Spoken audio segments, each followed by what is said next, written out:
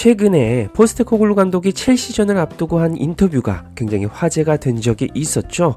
바로 첼시 같은 천문학적인 돈을 쓰길 원하냐는 흥미로운 질문이었습니다. 첼시는 지난 5월 보엘리 구단주가 첼시를 인수한 이후로 무려 10억 파운드를 썼습니다. 1조 6천억 원이라는 어마어마한 금액입니다.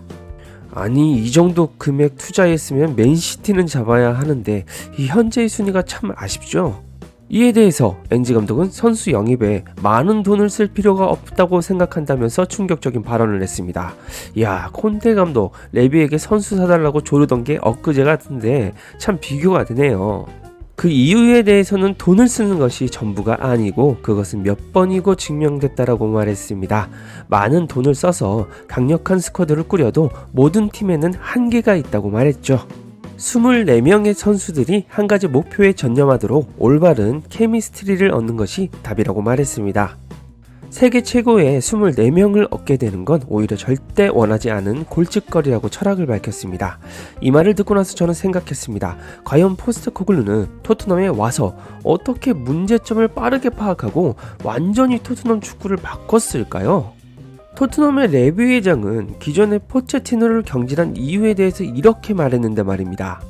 토트넘이 우승에 한 발짝만 더 갈 수 있는 상태에서 이 명장만 온다면 우승의 꿈을 이룰 수 있다고 생각했다고 말이죠. 하지만 명장이었던 무리뉴와 콘테도 사실상 선수단에 기본적으로 세계적인 선수들을 보유한 상태에서 더 잘하는 감독들이었습니다. 실패들을 통해서 레비 회장은 예전처럼 포체티노 같은 감독의 프로젝트로 선회했고 그래서 포스테코글루를 선임했다고 말했죠.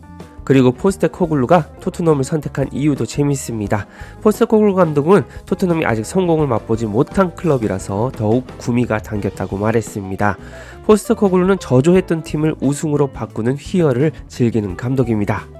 그렇다면 포스테코글루가 어떻게 이렇게 빠른 시간 안에 토트넘의 문제점을 파악하고 바꿨는지 궁금해지는데요. 오늘 영상에서는 이 5가지 이유에 대해서 살펴보도록 하겠습니다. 엔지 감독이 토트넘을 바꾼 첫 번째 이유는 지금 주전으로 뛰고 있는 3명의 영입이었습니다. 세계적인 명장들도 자신의 전술에 맞는 선수를 정확하게 선택하지 못해서 망한 케이스들이 상당히 많은데요. 하지만 엔지 감독은 자신의 축구에 딱 들어맞는 선수들을 영입해냈습니다. 일단 주전 자원으로 메디슨, 반더벤, 비카리오의 영입이 그렇습니다.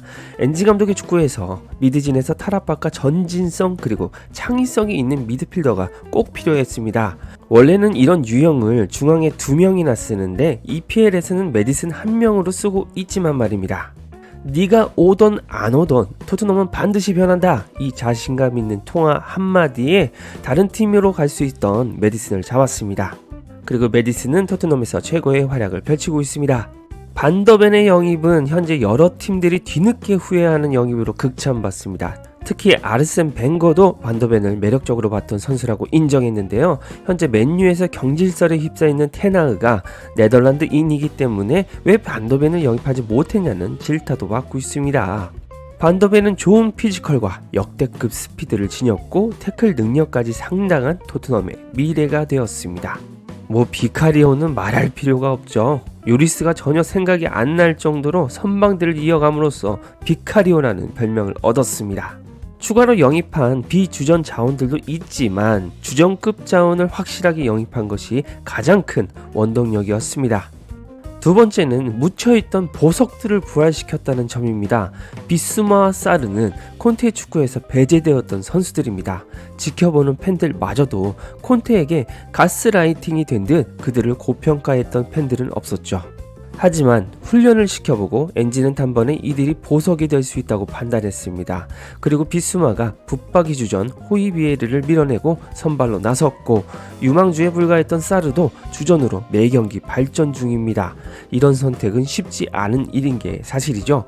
여타 다른 감독이었다면 기존의 주전이었던 호이비에르를 무조건 썼을 겁니다. 자신의 전술에 맞는 선수를 제대로 볼 줄 아는 눈을 갖춘 포스테코글루가 매서운 이유입니다. 세 번째는 정말 여러분들의 속이 뻥 뚫릴 만한 대혁명을 일으킨 일입니다. 바로 토트넘의 전설의 자동문 수비 듀오 다이오와 산체스를 완전히 배제시킨 일입니다. 토트넘에는 손흥민과 케인이라는 월드 클래스 선수들이 있었습니다. 이들이 득점을 해도 수비진에 문제가 생겨서 실점하는 일이 빈번해 죽 서서 멍멍이 주는 골이 많았습니다. 특히 다이언은 특유의 에스코트 수비라는 매너형 수비로 상대 공격수들에게 뒷짐을 지고 슈팅 공간을 여유롭게 내줬습니다. 산체스도 기대만큼 성장을 해주지 못했고 결국 터키로 보내졌습니다. 여기에 추가적으로 은돈벨레까지 갈라타사라이로 같이 보낸 엔지의 선택은 기가 막혔죠. 은돈벨레는 호텔에서 햄버거 시켜 먹다가 코치진과 언쟁을 벌였다는 일은 최근에 있었다고 합니다. 다신 보지 말자, 은돈벨레야.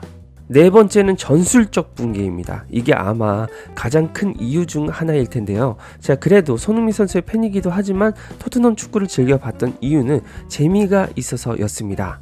에릭센, 델리알리, 케인, 손흥민으로 이어지는 데스크라인의 창의성과 폭발력이 축구를 보는 맛이 있었습니다.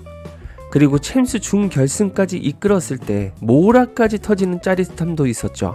하지만 무리뉴와 콘테가 오고 나서는 선수비 후역습, 단조로운 패턴으로 바뀌었습니다.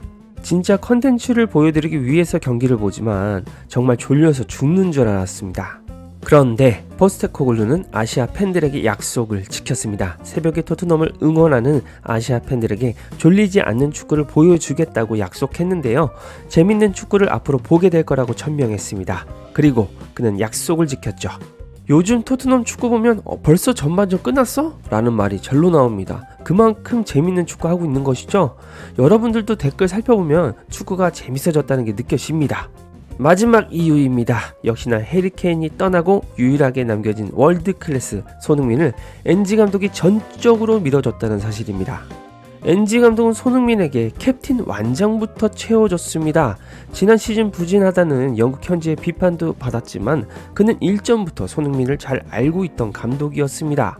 전술적이고 부상 때문인 일시적인 현상에 불과하다고 믿었습니다. 그리고 해리케인의 공백을 지어줄 유일한 선수가 손흥민이라고 생각했기에 손흥민에게 완장을 주었다고 했죠. 이 선택은 완전히 성공했다고 최근 엔지 감독은 밝혔습니다. 그가 앞서 말한 천문학적인 돈의 투자보다도 한 목표를 향해 가는 원팀의 조화를 손흥민이 완성시키고 있는 것이죠. 또한 손흥민의 원톱 포지션 변화가 가장 베스트였습니다. 포스테코글루는 이전부터 손흥민을 잠재적인 원톱 자원으로 분류해놓고 있었다고 합니다. 하지만 히샬리송을 리그 초반 테스트 해보는 건 분명히 시도해야 하는 검증 절차라고 생각했던 모양인데요. 리그 개막 후 히샬리송이 지난 시즌과 다르지 않은 경기력을 보여주자 곧바로 손흥민을 원톱 카드로 꺼냈습니다. 그리고 손흥민은 8호 골로 EPL에서 가장 핫한 스트라이커로 떠올랐죠. 기대 어시스트,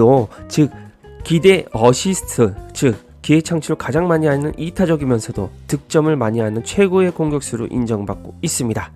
오늘은 엔지 감독이 짧은 시간 안에 토트넘을 변화시킨 5가지 이유에 대해서 알아봤습니다. 여러분들도 공감하시나요? 이상 축구용이었습니다. 좋은 하루 되세요.